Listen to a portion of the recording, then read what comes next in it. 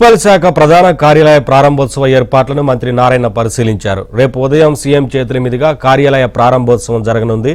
రాయపూడి దగ్గరలోని సీడాక్సిస్ రోడ్డును ఆనుకొని మున్సిపల్ అడ్మినిస్ట్రేషన్ ఆఫీసును కూటమి ప్రభుత్వం నిర్మించింది. G+7 భవనంతో పాటు మరో 4 PEB భవనాలను నిర్మించింది. CRDA, ADCLతో పాటు మున్సిపల్ శాఖకు సంబంధించిన విభాగాలు ఒకే చోట నుంచి కార్యకలాపాలు నిర్వహించేలా నిర్మాణాలు చేశారు.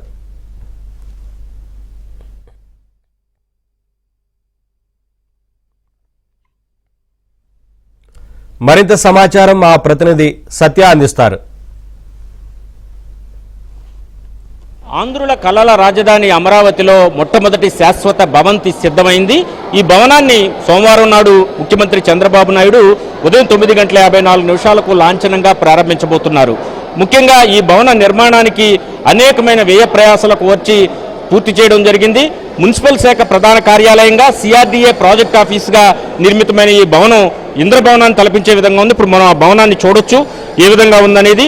మొత్తం మీద రాజధాని అమరావతి నుంచి కార్యకలాపాలు ఇకపై నిర్వహించేందుకు పూర్తి స్థాయిలో ఈ భవనాన్ని నిర్మించాలని చెప్పుకోవచ్చు.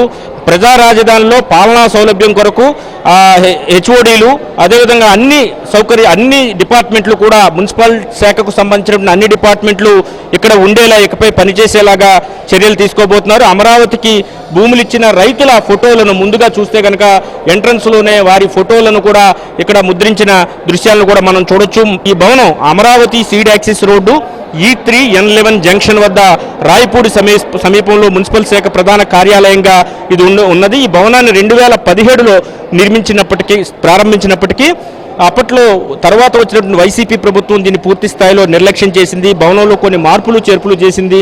దీంతో వాటన్నిటినీ సరిచేసి తిరిగి ఈ భవనాన్ని ప్రారంభించేందుకు గత ఏడాది ముఖ్యమంత్రి తిరిగి పునఃప్రారంభించేందుకు చర్యలు అయితే తీసుకున్నారు. అమరావతిలో మొట్టమొదటి శాశ్వత భవన నిర్మాణాన్ని అయితే ఆయన ప్రారంభించబోతున్నారు. ఒకసారి ఏ ఫ్లోర్లో ఏ ఆఫీసులు ఉన్నాయో కూడా మనం చూడొచ్చు. గ్రౌండ్ ఫ్లోర్లో entrance lounge, experience centre, command control centre, SBI bank, creek and food court ఉంటాయి. ఫస్ట్ ఫ్లోర్కి తీసుకుంటే కనుక AV seminar hall, audio video seminar hall, conference halls, VIP lounge ఉంటాయి. ఇక సెకండ్ ఫ్లోర్లో తీసుకుంటే additional commissioner chamber, APCRDA development promotions, accounts, strategy, communications, O&M wing, అదేవిధంగా legal, PGMC ఉంటుంది. థర్డ్ ఫ్లోర్లో తీసుకుంటే additional commissioner chamber, APCRDA planning, lands, estates, IT, ESM, fire, economic development, LSC తదితర ఆఫీసులు ఉంటాయి. ఇటువంటి బిల్డింగ్స్ ఇకపైన అమరావతిలో రాబోతున్నాయి. బిల్డింగుల కంటే కూడా గ్రీన్ కవర్, అదేవిధంగా ఓపెన్ స్పేసెస్ ఎక్కువగా ఉండే విధంగా అమరావతి నిర్మాణం చేపట్టబోతున్నారు. దానికి ఇది ఒక మచ్చుతున్న కంచి అవుతున్న పరిస్థితి అయితే ఉంది. ఇంత అద్భుతమైన భవనాన్ని చూసిన రైతులు, అదేవిధంగా రాష్ట్ర ప్రజలు కూడా రాష్ట్ర ప్రభుత్వం నిర్మించిన ఈ భవనం పట్ల హర్షం వ్యక్తం చేస్తున్నారు. కెమెరా పర్సన్ సుబ్బుతో Satya, ABN Andhrajyothi, CRDA project office, పురపాలక శాఖ ముఖ్య కార్యాలయం వద్ద నుండి.